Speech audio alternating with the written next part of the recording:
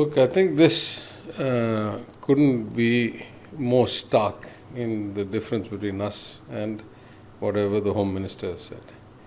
Let's start from the beginning. What did Perarinyar Anna say? He said we have a two-language policy. The two-language policy is Tamil, or in your case, your home language, your mother tongue, and English, right? Only two languages. If everybody follows the two-language policy, that means people in Tamil Nadu, people in UP, people in Bihar, people in Rajasthan, people in Karnataka and Maharashtra and Punjab, if everybody follows the two-language policy, we get phenomenally good outcomes because there's a lot of scientific evidence that education in the mother tongue is where the greatest traction happens. We want to preserve our culture. The most stable identity of our culture, the root of our culture is our language, right? So everybody gets to preserve their language. And everybody gets to communicate not only with each other's state, but also the bulk of the world. For example, even Germans learn English. Even the French learn English, right? So you get the great luxury of having your own language, your own culture, your own heritage, and a global connect. Now, anybody who tells you that you have to go to a three-language formula first is basically just got, fundamental flaw in the logic.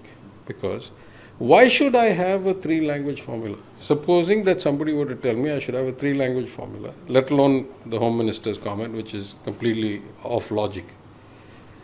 But a more logical point, which is still fallacy, is three-language. What does three-language mean? It says, you in Tamil Nadu learn Tamil plus English plus Hindi.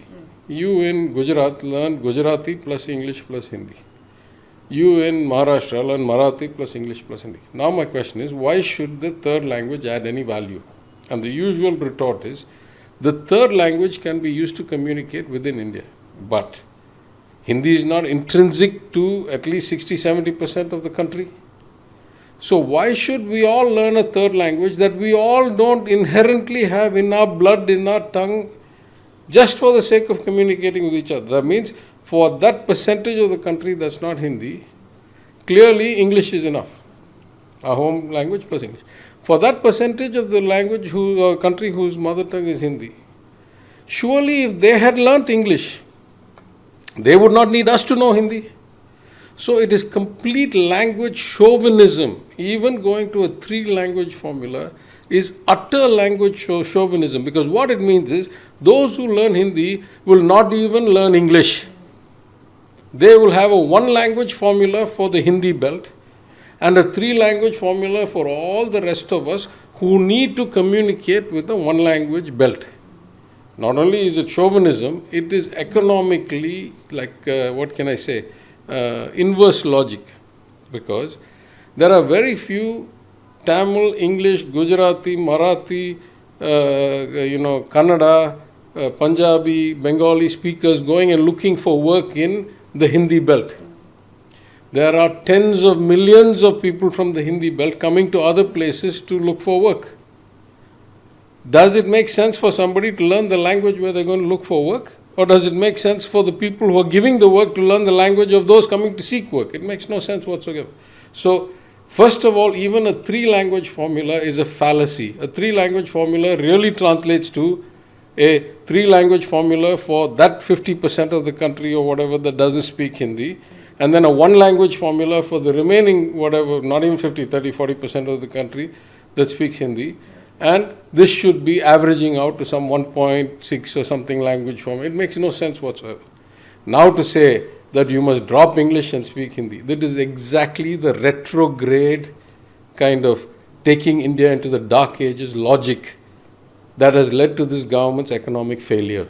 We want to be open to the world. We want to transact with everybody. The problem of maladministration and failure of governance at the union government is not to bring everybody else down to your level of failure, is to try and learn from those who are succeeding and elevate those states up to everybody else's standard. So don't tell us not to use English. Figure out how to get the rest of the people how to learn English, which you have not been able to do for all the years you've been in governance, right? So one government's and one minister's administrative failure should not be a reason to retard the rest of the society. Very clear? Okay. So talking about the property tax, we are seeing opposition parties here condemning the raise of the percentage of property tax. This already being an intricate subject that no common man is not able to understand at the first beginning. How are you seeing these protests that are ongoing now? AIADMK continuously and the BJP today as well have condemned the raise in the percentage of the property tax and have started protests. I'm not overly worried about political protests. So let me just talk about policy, right? I don't know. There's two approaches that converge at the same place. The first approach starts with the 15th Finance Commission. The 15th Finance Commission, in its terms of reference, has clearly stated that unless local bodies make certain changes to the property tax and to the floor revenues that are raised through these kinds of taxes, they will not be eligible for grants from the union. Our tax money coming back, whatever, one small fraction of our tax money coming back, even that we will not be eligible for, our local bodies will not be eligible for unless they make certain changes in the rate. We have already shown the mathematical calculation of what that would lead to a loss of somewhere between 13,500 and 15,000 crores. This calculation, in fact, would have kicked in last year itself. But the 15th Finance Commission, because it had a 1-year interim report and then a 5-year report, it specifically stated that because of COVID, you're going to get an exemption for the year 2021. And the 21-22 year, before the end of the fiscal year, you must notify the changes. Otherwise, you're not eligible for the grants going forward. Now, this is a state that has already lost a lot. Every single time we have been to Delhi in the last 3-4 months, we have brought up with the Union Finance Ministry that we lost almost 5,000 something crores of grants because the previous ADMK administration had not run the local body elections. It was conditioned on that. So we are not guys to follow in the failure of our predecessors when they've already lost 5,000 crores by not doing something that the Finance Commission required. How would we be justified in calling them incompetent and immoral if we went ahead and again failed to do something that now lost us 3 times the amount of money? So the fact that it is in the Finance Commission is not questionable. Not only, you've read in the press, not only have advisors like ours or all economists agreed that that's there, because it's black and white. Anybody who can read English knows, or Hindi, where the report came out, can tell. But more than that, Dr. Anup Singh, who was a member of the 15th Finance Commission, he himself has given a statement that this was the intent of what the Finance Commission wanted. They wanted to see a seerdirtham, improvement, rejuvenation of local body finances. So this is the first way of looking at it. The second way of looking at it is, what kind of state are we and what kind of citizens do we have and what is their economic condition? So if you start from that perspective, in my budget reply, I gave the statement that we are not a poor state, right? We have about 7.5 to 8 crore citizens and our GSDP is about 24 lakh crores. That means more than 3 lakh rupees per person. Even on FX terms, that's about $4,000. That is not a poor state. There are many indicators to support this. But what really amazed me was what I saw in the JPAL, MIDS, University of Michigan kind of baseline survey, which was shown to me for the first time a little while ago, that I also cited in my speech in the assembly, that 75% of our families own their own house. As high as 90% in rural and 60% in urban. More than 60% own two-wheelers, 50% own fridges, 90% own cell phones. So we are an aspirational society. Now, you cannot fault one basic number. All the way across ADMK, DMK between 2003 and 2014. The state's own revenues as a percentage of GSDP. Now, what does that mean? Doesn't matter if the economy is doing well or bad. As a percentage of the total production of the state's own revenues used to be between 9 and 10%. So, ever since the lady went to jail, our former Chief Minister, Ms. Jayalalitha, in 2014 when she was imprisoned, and after that the administration started decaying. Ever since then, the revenue started dropping as a percentage of GSDP. I'm not talking about absolute numbers. I'm talking about as a percentage of the economy. And they dropped. Prior to COVID, they were already below 7%. And after COVID, they dropped below 6%. Now just think about what that means. If I say right now, there's, let's say conservatively, a 3% gap. A 3% gap on a 24 lakh crore GSDP is 72,000 crores. 72,000 crores is greater than the revenue deficit of the state. So what has really happened, if I do it mathematically, I can show you, what has really happened is that revenues have fallen off a cliff. No politician can cut spending fast enough because a lot of it is non-discretionary, salaries, pensions, etc. And that which is discretionary, we still have to face re-election. So we can't cut truly to match the level of fall off. So 100% of our problem started with the fall off in revenue, inability to cut spending both structurally and politically, therefore starting to become a revenue deficit state. Till 2014, revenue neutral state. Tamil Nadu was one of the best administered states financially across all parties. I'm not even talking politics here. From 2014, we went from being a revenue neutral state to a revenue deficit, huge revenue deficit state. I hope you saw this morning statistics somebody has published. Number one state in debt, Tamil Nadu. Number one state in revenue deficit. After I have made a correction and improved over what Mr. OPS left behind in his budget, we're still the worst revenue deficit state in the whole country. So these things need to be fixed. And there are really only two components to fix. The first component is to prevent leakages, corruption, revenue loss in commercial tax, in excise and alcohol, in mining, etc., which we have a plan. But the second is that no government can make money unless the rates and the fees are set according to the scale of the economy and inflation. In most advanced countries, everything is indexed to inflation. Pension benefits are indexed to inflation.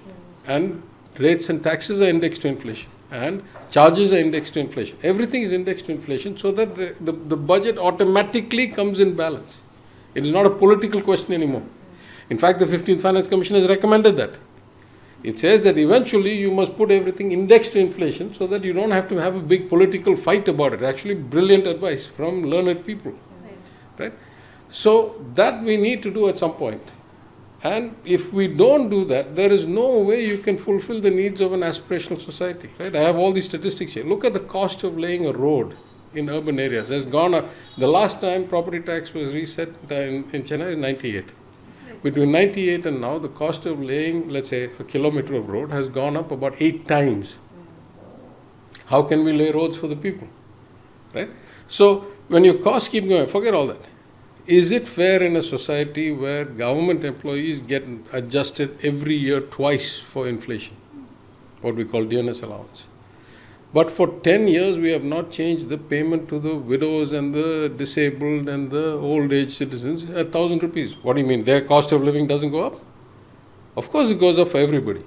So people who are making on average 75,000, 80,000 rupees, which is probably the average government servant employee across all categories, get adjusted for inflation. And people who make 12,000 rupees at 1,000 rupees a month have not been adjusted for inflation for 10 years. Is this what social justice looks like? Is this what a fair society looks like? Of course it's not. So at some point we have to decide. If the government has no source of revenue, we may as well close the government and go home. We have to make the revenue somewhere. What we have done though in this thoughtful exercise on the property tax is made it much more progressive than it ever was. Right? So I'll just leave you with 3 points on the property tax. Number one, the lowest, smallest houses are only going up by between 25 and 50%. The highest is going up 200%. Number one. Number two, after these changes have been made, we are still at half or one-third the level of Bangalore or Pune or Indore or, you pick any city in India. We are still far below. Right? Number three, if we cannot make progressive taxation revenues, how is a government supposed to run? Right? There's just no choice. So at some level, though the timing was not of our choosing, and it was a gun to the head to lose money, and we actually acceded to the logic, unlike the previous government that gave up 5,000 crores of union government funding just so a couple of ministers could steal uninterrupted by not running local bodies and take 100% of the contracts. We still have a conscience, and we play according to the philosophy we state, which is social justice. So we came from that perspective, and I assure you that we will do more of everything, more revenue correcting. It is my stated intent that we should go back to 9% of GSDP as our revenue. Right? That's what, let's put this in context.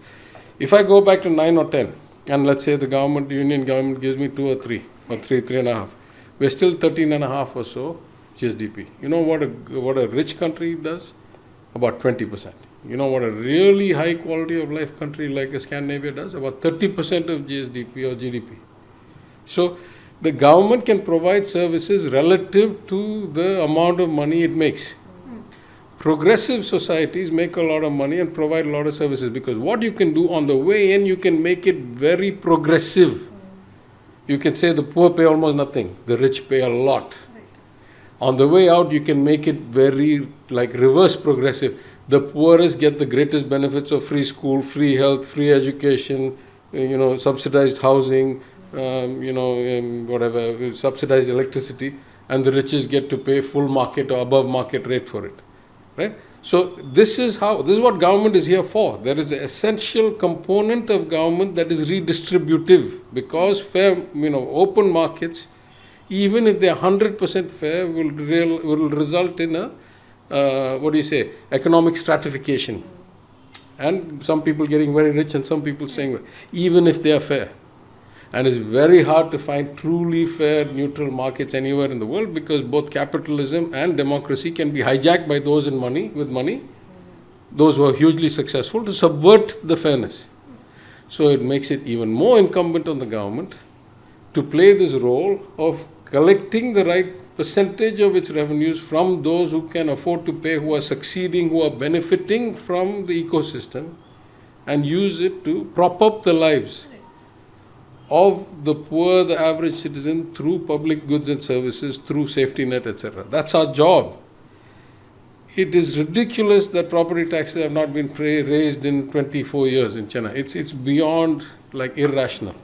The courts have opined multiple times. I hope you know the history. Just go and look up how many judgments have come. Right? But what is the distinction? The distinction is exactly this article what I showed you. Those who feel the people are with them, those that the people trust, those that have the political will because they are connected to the people, they can raise the taxes and deliver the results from those increased taxes. Right? Those who do not have the political will, those who are afraid, what happens if I raise the tax, simply will not do all this. Right? So that's the distinction. The distinction is, if you have a strong political philosophy that says social justice, self-respect, equal opportunity through education, high quality public goods and services to bring up a life of dignity, then you have to raise the revenue for it. You can't just say it and not do anything about it. And some of that revenue will come through growth, through investment, through jobs. Some of it will come through cutting down malfeasance and wrongdoing. Some of it will come on improving efficiency of outgoings. I almost intervened in the assembly. I don't know if you watched the proceedings today. Yes. I was going to give a long explanation, but I didn't want to waste everybody's time. So I asked my Madurai compatriot, I said, do you really want to get into this topic, and then I'll go deep down? And he said, no, and he backed off. But if I really get into the topic, I could tell you 6 different ways that we increase the scrutiny and professionalism around evaluating the gold loans. That hugely helped.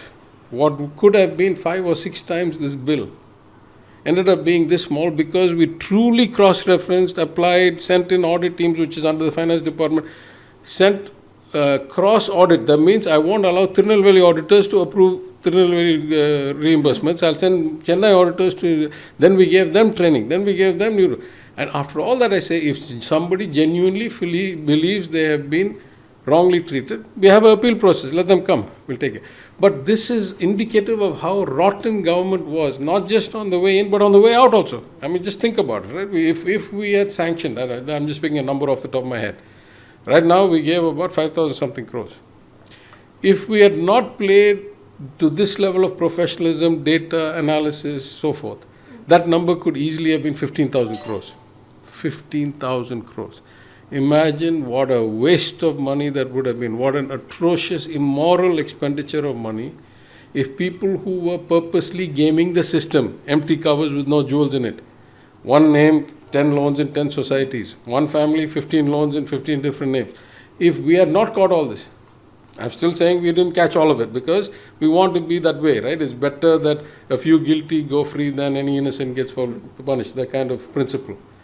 But this is what good administration does. So we increase the revenues on the way in by preventing corruption, wrong assessment, rent seeking, lanja moola. We increase the efficiency on the way out by preventing wasteful spending, fraud, malfeasance.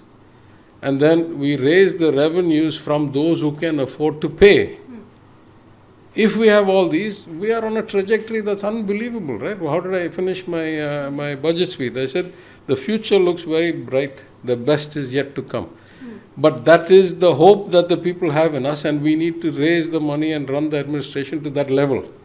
You can't have it both ways. You can't say, I'll not do anything, I'll not take any action, I'll not have any strategy, and then you expect to get progress. It just doesn't work. So I don't care about protests and all that. We have our own mechanisms where we are continuously gauging how the people react.